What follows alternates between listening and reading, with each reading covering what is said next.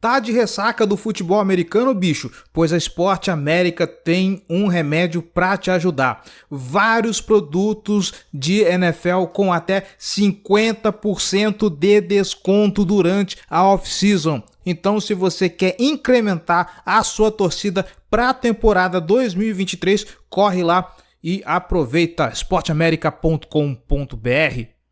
Quem que é o próximo, Gelli? Vamos lá. Nosso próximo jogador, Cedric Tillman, wide receiver de Tennessee. Então, logo em seguida, né? Pô, aqui é planejamento, né, claro? Exatamente, tá certo. O Tillman foi um dos grandes alvos, né, do Hooker nessas 2 últimas temporadas. Ele é um cara que sofreu com lesão em 2022, muito por isso que o Jalen Hyatt apareceu, mas em 2021 ele era o principal alvo, né? Ele passou das 1.000 jardas em 2021. E aí, em 2022, ele jogou só 6 partidas, né? E aí teve pouco mais de 400 jardas.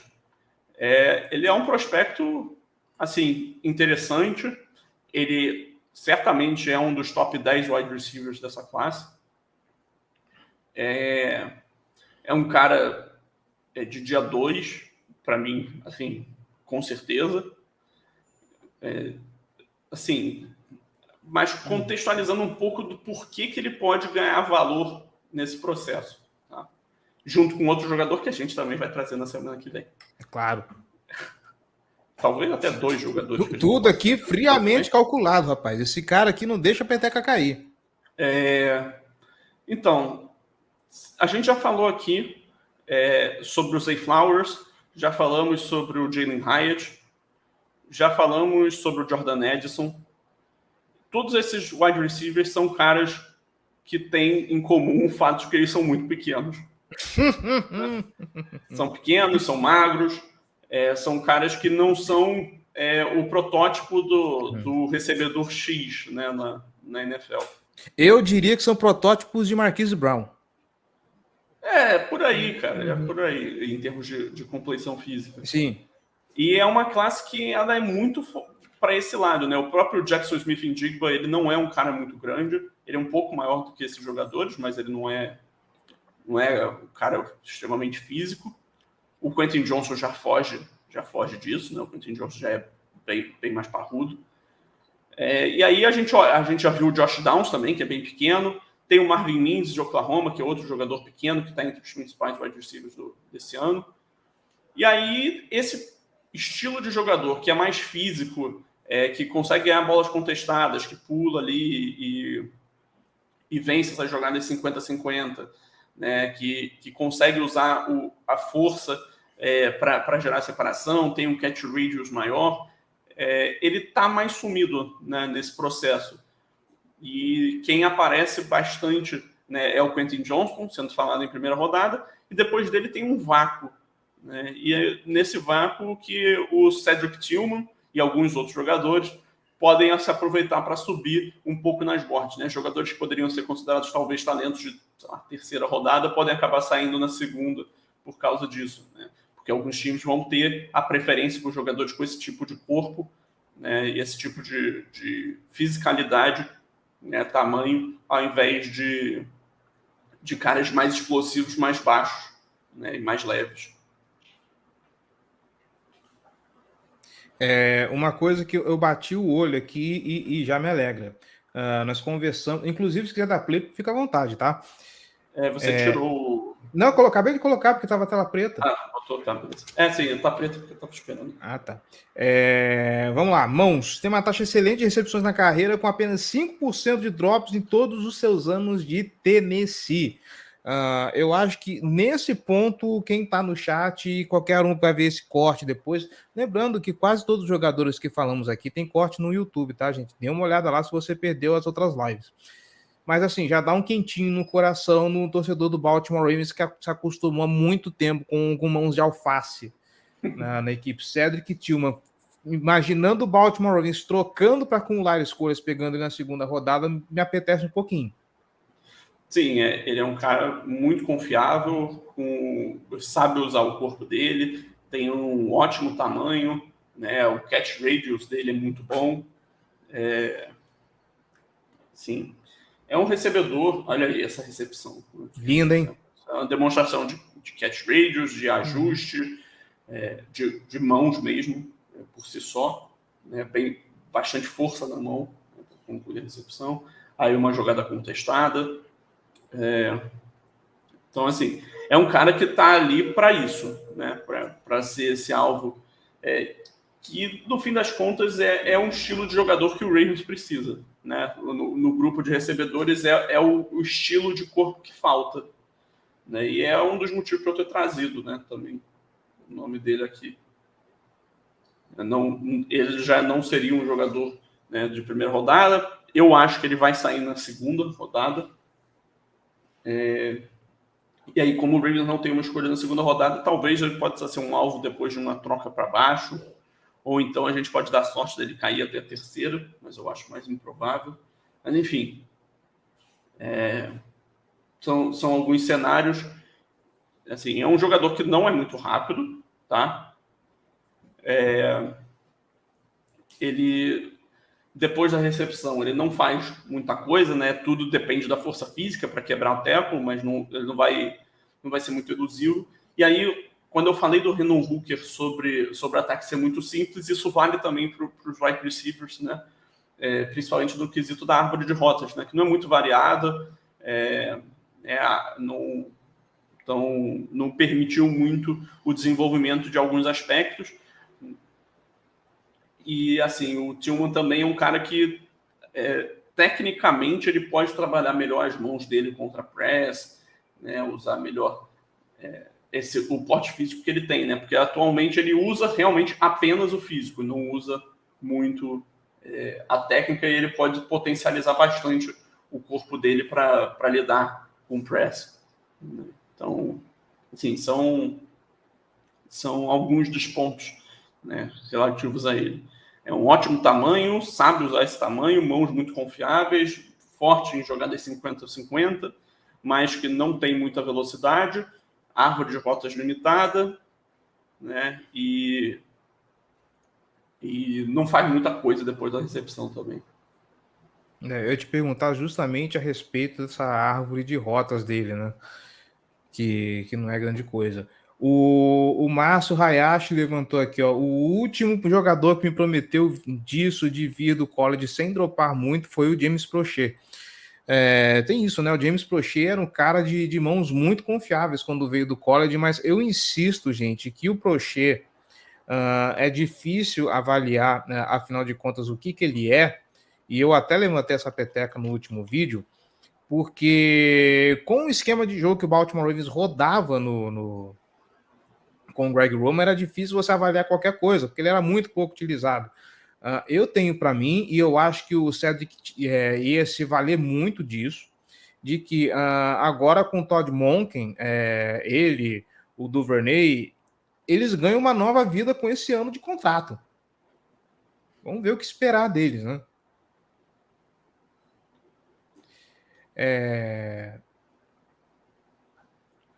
E já também não entendo criticar as mãos do Prochet. Foi vendido como um cara de mãos confiáveis, eu não tenho problema com a mão dele até agora na NFL.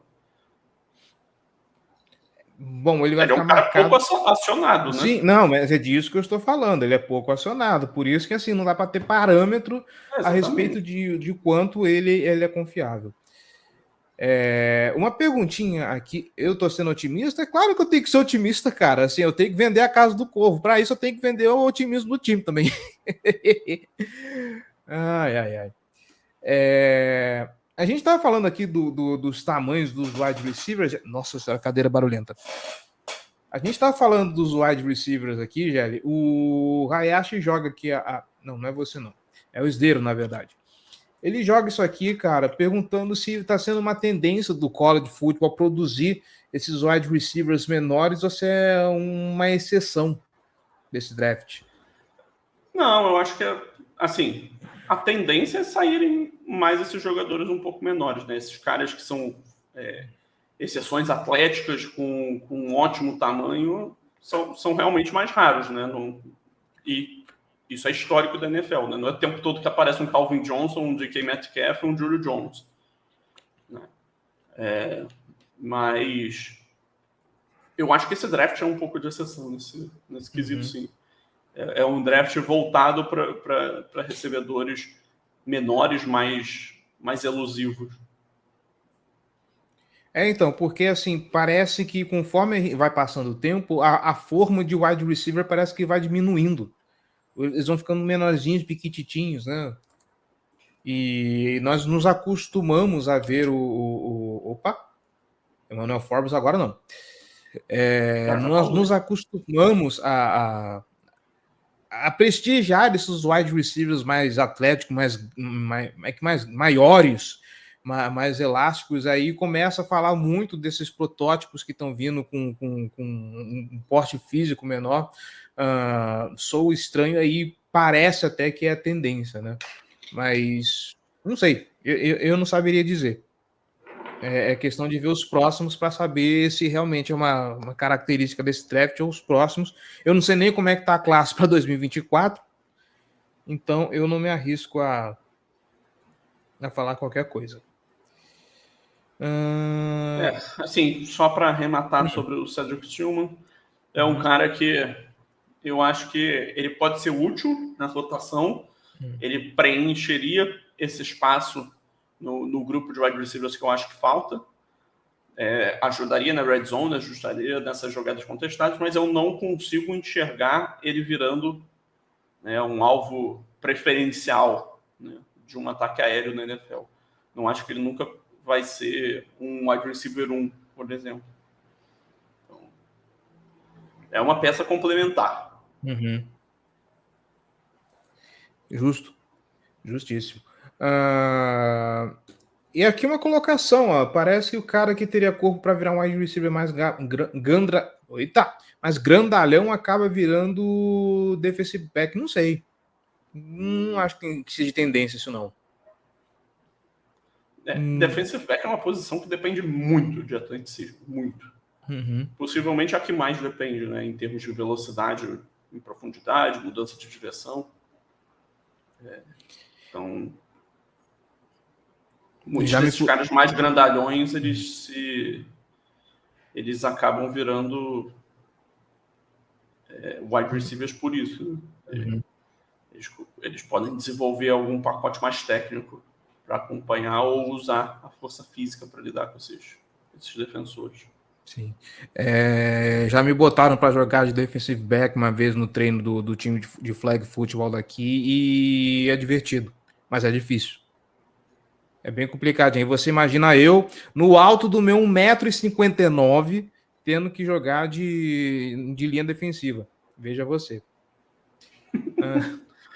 A pessoa mais baixa que vence o duelo, Cleber. Ótimo. Por isso que o coach falou, vai para a linha defensiva, vamos testar você. Sai do fundo do campo, vem para cá. Quem está mais baixo vence. Esse é o ditado da linha dos bloqueios, da trincheira. E a última, será que estão saindo tanto wide receiver pequeno porque todo mundo quer um Tyreek Hill para chamar de seu? Cara, eu acho que assim, todo processo de draft tem algum time tem algum prospecto que é comparado ao Tyreek Hill. Isso é normal, né? Todo ano tem, talvez o desse ano seja o Zay Flowers, talvez seja o Jalen Hyatt, eu acho que não, acho que tá mais pro Zay Flowers. Mas, enfim, não existe outro Tyreek Hill. Tyreek Hill é muito único. Eu acho que se existe um jogador que poderia ser comparado ao Tyreek Hill é quem joga com ele, o Jalen Waddle. Exatamente. Eu estou para ver quando começar as comparações com Justin Jefferson, meu wide receiver favorito da NFL. É o wide receiver 1 da NFL. Para mim é. Com certeza. E para 2023 o cara vai explodir. Eu não sei qual vai ser o futuro de Minnesota, mas vai explodir um pouco. Não, mas assim, ainda contestaram, ainda falaram, não, tinha aquele duelo dele com o Tyreek Hill e tudo mais. Eu acho que 2023 ele será dominante. Não haverá outro como Justin Jefferson. Próximo prospecto, então, Gélio? Vamos lá.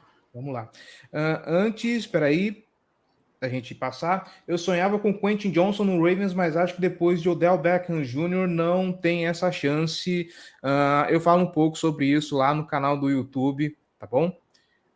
o último vídeo que eu lancei lá. Mas deixo para você os comentários também, Jair. A gente já falou um pouco sobre o Quentin Johnson aqui na live. Eu acho ele um jogador bom, mas eu acho ele um pouco superestimado nessa classe. Mas, assim, sobre ele sair na escolha 22, eu acho que é bem possível ainda, tá? Não acho que é mais a prioridade, mas o Ravens está chamando muito wide receiver para visita e tal. Então, eu não ficaria surpreso se fosse o propósito do time selecionar algum alto ainda nesse draft. Até porque eu não lembro agora se eu falei isso na última live, se eu falei isso no podcast, mas o Odell tem um contrato de 1 ano, o Duvernay e o Prochet são free agents, o Aguilar tem contrato de 1 ano. Então, o único jogador desse grupo que está sob contrato para 2024 é o Rashad Bateman. Então, pensar em mais um wide receiver, colocando ele numa situação de contrato de longo prazo, né, longo, médio prazo, com o time, pode ser algo importante, né? Você não pensa apenas nas necessidades do ano atual. Você tem que pensar 2 anos na frente aí, talvez.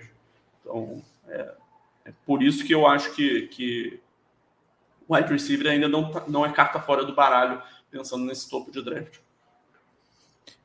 Eu coloquei lá no vídeo falando que assim, os dois argumentos são muito válidos. O Baltimore poder adiar por conta da quantidade de talento que foi adicionada, mas também não seria loucura eles saírem com wide receiver justamente por conta dessa posição, por conta dessa situação e já querer se antecipar para o futuro. O que será da vida só o Eric De Costa sabe.